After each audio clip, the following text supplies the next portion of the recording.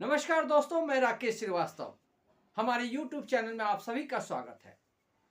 यह संयोग ही है कि एक दिन पहले ही प्रधानमंत्री नरेंद्र मोदी ने संसद भवन में करप्शन को लेकर जीरो टॉलरेंस की बात कही थी। लेकिन उसके अगले ही दिन जब महाराष्ट्र में सरकार के मंत्रिमंडल का गठन हुआ और मंत्रियों को शपथ दिलाई गई, तो उसमें 4 से 5 ऐसे मंत्री निकले जिन पे करप्शन के आरोप है, जिन पे भड़काऊ भाषण देने के आरोप है और जिन पर उगाही के आरोप तक लग चुके हैं। और कुछ ऐसे लोग हैं जिनके खिलाफ मामले चल भी रहे हैं। ईडी ने उनके खिलाफ कार्रवाई भी की थी, सीबीआई ने भी मामले दर्ज किए थे। इसके बाद भी ऐसे लोगों को मंत्री बनाया गया है। हम आपको 4-5 नाम बता रहे हैं जिनको मंत्री बनाया गया है और जिन पर गंभीर तरह के मामले दर्ज है। कुछ लोगों के खिलाफ मामले भी चल रहे हैं। इसमें नाम है प्रताप सरनाईक का, नीतीश राणे, हसन मुश्रीफ, गिरीश महाजन और एक है संजय राठौर। संजय राठौर पे एक लड़की पूजा चौहान के साथ दुष्कर्म के आरोप लगे थे और दुष्कर्म के आरोप लगने के बाद पीड़िता की तरफ से इसके लिए न्याय की मांग की गई, लेकिन उसे न्याय नहीं मिला तो उसने आखिरकार आत्महत्या कर ली। इस संजय राठौर को इससे पहले के भी मंत्रिमंडल में जगह दी गई थी, लेकिन इनकी काबिलियत इतनी बड़ी है कि दोबारा जब मंत्रिमंडल का गठन हुआ और प्रधानमंत्री एक दिन पहले ही कहते हैं, नारी सुरक्षा की बात करते हैं, उसके अगले ही दिन जब मंत्रिमंडल का गठन होता है तो संजय राठौर को जगह दी जाती है। अब दूसरे नाम पे चलते हैं, नीतीश राणे। नीतीश राणे केंद्रीय मंत्री नारायण राणे के बेटे हैं। विधानसभा चुनाव में उन्होंने 2-3 ऐसे मौके आए जब उन्होंने समाज को लेकर, एक खास वर्ग को लेकर भड़काऊ भाषण दिए थे। 1 सितंबर को उन्होंने अहमदनगर में एक भाषण दिया था और भाषण के दौरान एक महाराज के खिलाफ कुछ भी करने पर मुस्लिम समुदाय को खास रूप से धमकी दी थी कि हम मस्जिद में घुसकर मारेंगे। इनके खिलाफ मामले भी दर्ज हुए थे। उसके बाद 19 सितंबर को इन्होंने एक और बयान दिया और बयान ये दिया कि पुलिस को 24 घंटे के लिए छुट्टी पे भेज दो, फिर आप अपनी ताकत दिखा देना, हम अपनी ताकत दिखा देंगे। ये खास रूप से मुस्लिम समुदायों को संबोधित कर रहे थे। इस मामले में भी केस दर्ज हुआ था, यानी 2 मामले दर्ज हुए थे। इस महाशय को भी देवेंद्र फडणवीस के मंत्रिमंडल में जगह दी गई है। अब चलते हैं प्रताप सरनाईक की तरफ। प्रताप सरनाईक पर मनी लॉन्ड्रिंग का मामला चल रहा है। मनी लॉन्ड्रिंग का मामला चल रहा है मतलब कि अभी तक कोर्ट में इनके खिलाफ क्लोजर रिपोर्ट सबमिट नहीं की गई है, यानी केस अब तक चल रहा है। और इन्हें भी इनकी काबिलियत को देखते हुए समाज में करप्शन के खिलाफ लड़ने के लिए इन्हें मंत्रिमंडल में जगह दी गई है। गिरीश महाजन के खिलाफ एमबीए की जब सरकार थी तो उनके खिलाफ जबरन वसूली और अपहरण के मामले दर्ज हुए थे। उसके बाद उन्होंने जब एकनाथ शिंदे की सरकार बनी तो सीबीआई जांच की मांग कर दी। सीबीआई जांच में अब उन्हें क्लीन चिट दे दी गई है। अब चूंकि सरकार में वो शामिल है और उनका ही गवर्नमेंट है, उसके बाद सीबीआई जांच करती है तो उन्हें क्लीन चिट दे देती है। जबकि उनके खिलाफ ईडी ने कार्रवाई की थी, कई जगह छापेमारी की थी। उस समय वो दोषी माने जा रहे थे, लेकिन जैसे ही सरकार के हाथ में आई और सीबीआई ने इस मामले को जांच किया, उनको क्लीन चिट दे दी गई। अब हसन मुश्रीफ की बात कर लेते हैं। हसन मुश्रीफ के कई ठिकानों पर ईडी ने छापेमारी की थी। छापेमारी करने के साथ उनसे पूछताछ भी की गई। उनके खिलाफ भी मामले चल रहे हैं। उनके खिलाफ भी कोर्ट में क्लोजर रिपोर्ट सबमिट नहीं की गई है, लेकिन इस महाशय को भी अब मंत्रिमंडल में जगह दी गई है। तो ऐसे ऐसे लोग देवेंद्र फडणवीस के मंत्रिमंडल में जगह पाने में कामयाब हुए हैं। लेकिन सबसे बड़ा आश्चर्य यह है कि एक दिन पहले ही प्रधानमंत्री नरेंद्र मोदी लोकसभा में चर्चा के दौरान संविधान के 75 वर्ष पूरे होने पर जो संविधान में जो संसद में चर्चा चल रही है, उसमें 1 घंटे 10 मिनट के भाषण में प्रधानमंत्री नरेंद्र मोदी ने 11 संकल्प दोहराए थे। इसमें तीसरे नंबर के संकल्प में उन्होंने जीरो टॉलरेंस की बात कही थी करप्शन को लेकर।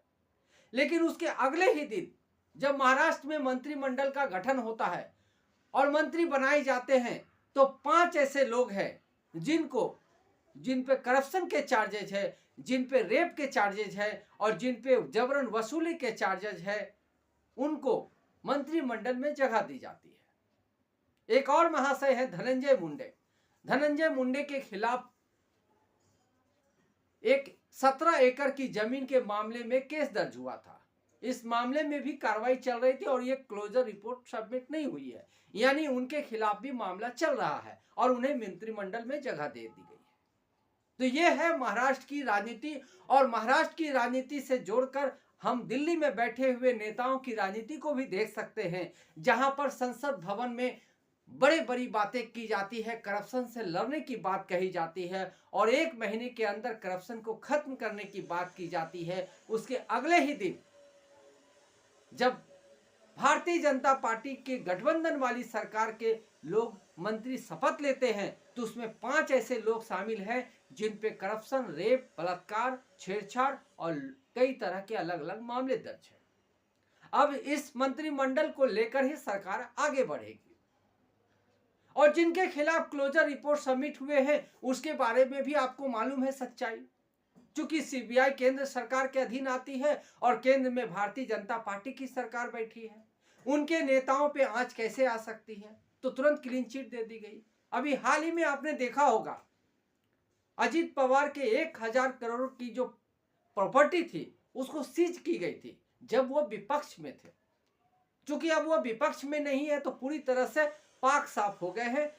भारतीय जनता पार्टी की जो गठबंधन वाली है सरकार, उसमें उप मुख्यमंत्री है, इसलिए उनके 1000 करोड़ जो जब्त किए गए थे उसे अब रिलीज कर दिया गया है, यानी वो पूरी तरह से पाक साफ हो गए हैं, उन्हें उनका पैसा वापस कर दिया गया। अब आप समझने की जरूरत है कि महाराष्ट्र में और दिल्ली से जिस तरह से महाराष्ट्र को गाइड किया जाता है, या दिल्ली से जिस तरह से एक मैसेज देने की कोशिश की गई थी कि जीरो टॉलरेंस रहेगा करप्शन को लेकर, जीरो टॉलरेंस रहेगा महिलाओं की सुरक्षा को लेकर, जीरो टॉलरेंस रहेगा पारदर्शिता को लेकर, उसमें से एक भी नियम को फॉलो नहीं किया गया। एक आदमी जो सरेआम विधानसभा चुनाव के दौरान दूसरे समुदाय को खुलकर धमकी देता है, भरे मंच से धमकी देता है, नीतीश राणे, उसके खिलाफ केस भी दर्ज होता है।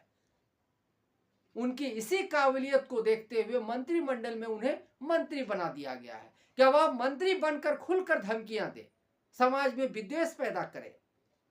कानून तो आता जाता रहता है, कानून किसका क्या बिगाड़ लेगा। जो लोग सत्ता में बैठे हैं उनका खिलाफ कानून क्या कर सकता है। तो नीतीश राणे को उनके गलत बयानी को लेकर, भड़काऊ बयान देने को लेकर, एक समुदाय विशेष को लेकर द्वेष पैदा करने को लेकर एक सौगात दी गई है, एक गिफ्ट दिया गया है मंत्री बनाकर। अब तक उन्हें मंत्री नहीं बनाया गया था, लेकिन उनकी जो ये काबिलियत सामने आई उसके बाद से देवेंद्र फडणवीस की जो सरकार है वो अभिभूत हो गई है, वो इतनी खुश हो गई है कि उन्हें डायरेक्ट मंत्री बना दिया गया। संजय राठौर, जिसपे पूजा चौहान नामक एक लड़की के सुसाइड मामले में पूरी तरह से शामिल होने का आरोप है, बलात्कार का आरोप लग चुका है, केस दर्ज हो चुके हैं, सुप्रीम कोर्ट इस मामले में संज्ञान ले चुका है, उस व्यक्ति को भी मंत्रिमंडल में जगह दी गई है। ये काबिलियत है हमारे मंत्री बनने की, हमारे नेताओं के मंत्री बनने की। अब चूंकि मंत्रिमंडल का गठन करना था तो ऐसे लोगों को चुन चुन कर लाना पड़ता है जो समाज में एक आदर्श प्रस्तुत करते हैं। तो समाज में आदर्श प्रस्तुत करेंगे नीतीश राणे, समाज में आदर्श प्रस्तुत करेंगे संजय राठौर, समाज में आदर्श प्रस्तुत करेंगे प्रताप सरनाइक, और समाज में आदर्श प्रस्तुत करेंगे धनंजय मुंडे। धनंजय मुंडे के तो 17 एकड़ के जो मामले हैं उसके अलावा भी कई मामले हैं, कई महिलाओं से संबंध के मामले हैं। एक महिला तो खुलेआम प्रेस कॉन्फ्रेंस करके लगातार समय समय पे आरोप लगाती रही है, लेकिन इन सब से कुछ फर्क नहीं पड़ता है। सरकार की तरफ से ये सब क्लियर है। सरकार इसे कोई बड़ा मामला नहीं मानती है। हाँ, चूंकि ये विपक्ष में होता तो वह हाय तौबा मचाती। ये वही भारतीय जनता पार्टी है जो कलकत्ता में एक महिला डॉक्टर के साथ रेप और हत्या के मामले में पूरी की पूरी कलकत्ते को माथे में उठाकर हाय तौबा मचा रही थी, सीना पीट रही थी कि आखिर न्याय नहीं हो रहा है, ममता बनर्जी की सरकार न्याय नहीं दे रही है। लेकिन उसी भारतीय जनता पार्टी के सरकार में मंत्री बनाए जाते हैं एक बलात्कार के आरोपी, एक लड़की के सुसाइड के आरोपी को मंत्री बना दिया जाता है, लेकिन यहां पर कोई छाती पीटने वाला नहीं है। तो यह सिस्टम इसी तरह से वर्क करता है। आपके साथ है तो सब कुछ सही है, विपक्ष में है तो वो सब कुछ गलत है। तो ऐसे में सवाल ये उठता है कि प्रधानमंत्री नरेंद्र मोदी ने संसद में जो 1 घंटा 10 मिनट तक भाषण दिया और जो जीरो टॉलरेंस की बात कही करप्शन को लेकर, आखिर वो बात कितनी सही थी? क्योंकि अगले ही दिन इसके खिलाफ मामले सामने आते हैं और पूरी की पूरी सरकार चुप बैठी हुई है। क्या नरेंद्र मोदी को मालूम नहीं है कि संजय राठौर को मंत्री बनाया गया है? क्या नरेंद्र मोदी को मालूम नहीं है कि करप्शन के चार्जेज वाले 3 नेताओं को मंत्री बनाया गया है? क्या नरेंद्र मोदी को मालूम नहीं है कि नीतीश राणे ने लगातार भड़काऊ भाषण दिया और उनको मंत्री बना दिया गया है? सभी कुछ मालूम होगा, लेकिन भाषण की जगह एक अलग होती है और रियलिटी फैक्ट अलग होता है। ऐसा लगता है कि संसद में सिर्फ बोलने भर के लिए बातें कही गई, उसके अगले ही दिन उसके खिलाफ रिएक्शन होता है, लेकिन ना तो नरेंद्र मोदी कुछ बोल रहे हैं ना अमित शाह कुछ बोल रहे हैं, या उनके परमिशन के बिना मंत्रिमंडल का गठन हुआ होगा, मंत्री के नाम तय किए गए होंगे, ऐसा लगता नहीं है। ऐसे में सवाल उठता है कि जीरो टॉलरेंस की बात, महिला सुरक्षा की बात और समुदाय विशेष के प्रति नफरत नहीं फैलाने की बात कितनी सच है? क्या सिर्फ ये बातें भर है या इसमें हकीकत भी कुछ है? क्योंकि एक ही दिन के बाद नरेंद्र मोदी की कई बातों को गलत साबित कर दिया है महाराष्ट्र मंत्रिमंडल का गठन।